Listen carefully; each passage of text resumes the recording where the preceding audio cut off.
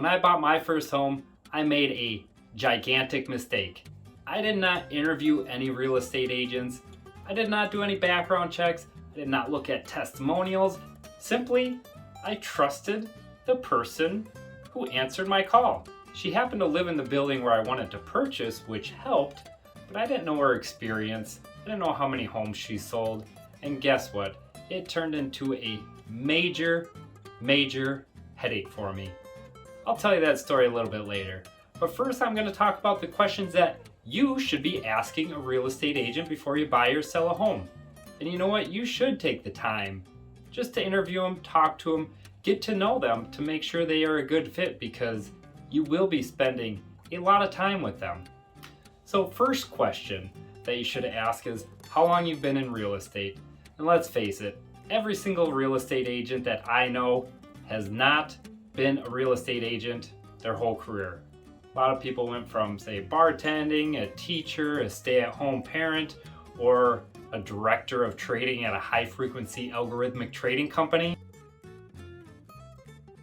or a director of trading at a high-frequency algorithmic trading company, like me.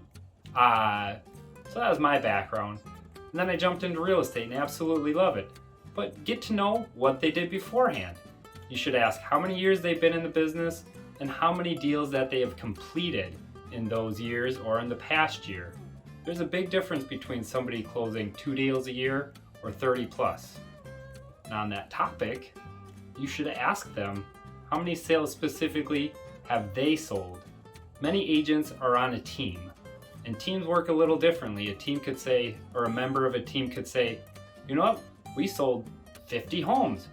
Well, that's great, but how many did you sell? What's your experience? Drastically different from agent to agent. And with that, if they haven't sold many homes, you should see when they're going to be available. Are they working a part-time job? If you're only available on weekday mornings, are they available on weekends? What's their schedule like? How do those mesh together? Because you need them on your team. You need them to be responsive. And you know what? You need them to be ready when you need them. Now, digging a little bit deeper, you can ask questions like, how many buyers have you helped close deals with? Or how many sellers specifically? Because some agents specialize one way or the other. Now the meat and potatoes of these questions. First one, do they have testimonials? Do they have reviews? This is such a telltale sign of how well and experienced your agent is. Second one, do they work in your area? If you're looking to buy over here, have they ever helped anyone buy over here? If you're looking to sell up here, have they ever helped someone sell up there? Very simple, but it makes a dramatic difference. Homes in Edina, Minnesota are different from homes in Farmington, Minnesota. There's night and day differences between the style of property, between the cities, between the counties. Here's a quick example. Let's say you have a lot of cars and you like to park on the street. Some cities, you can't even park on the street overnight. So why would you buy there? Well, if you didn't ask the agent, they weren't experienced, and they didn't tell you to check the city codes or didn't realize that you had a lot of cars and you need to park on the street, it could cost you a lot of money and a lot of headaches. Third thing is going to be, has your agent ever helped someone buy or sell the type of property you're looking to transact? Are you buying a multi-family home that you're going to live in and rent out? Are you buying a townhouse with an association, a commercial property, a twin home, a condo, a single family home? Fourth question, if it's a specific type of transaction like a foreclosure or a short sale, make sure your agent is experienced or has somebody that is there ready to help them out through the process.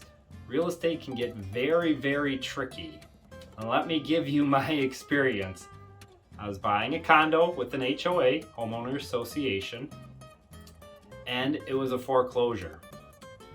My agent was inexperienced all around, never done a foreclosure, hasn't sold many homes, but she seemed nice, she was trustworthy, so I went with her. So the first issue came about 10 days after I got my offer accepted. And turns out that the rental capacity ratio to homeowners wasn't quite right, which meant I had to give more down payment. I didn't quite have the money. Thankfully, my parents did. I paid them back promptly. And okay, we moved forward. Closing got delayed a bunch of times, which was as expected. It's a foreclosure. And she sort of explained that up front, so good for her. But now 2 days, literally 2 days before closing, I get a call from my agent that says, we have a major problem. There's actually a lease in place and someone is leasing the home and you can't move in, you can't buy it yet. I had already rented a truck. I started packing for my move. I had nowhere to go. There was a new tenant moving in right after me. I was frantic. I was stuck. Didn't know what to do. Ended up having my real estate agent pay for a free month of rent in a pretty nice area of Chicago in a different condo. So it all comes down to the fact that all men are created equal, but all real estate agents are not. Do your homework. Interview them. Ask questions. Ask tough questions. Even ask them, why should I work with you? Why do you want to work with me? So, for more tips and tricks to buying and selling a home here in the Twin Cities, please click right here. We'll see ya.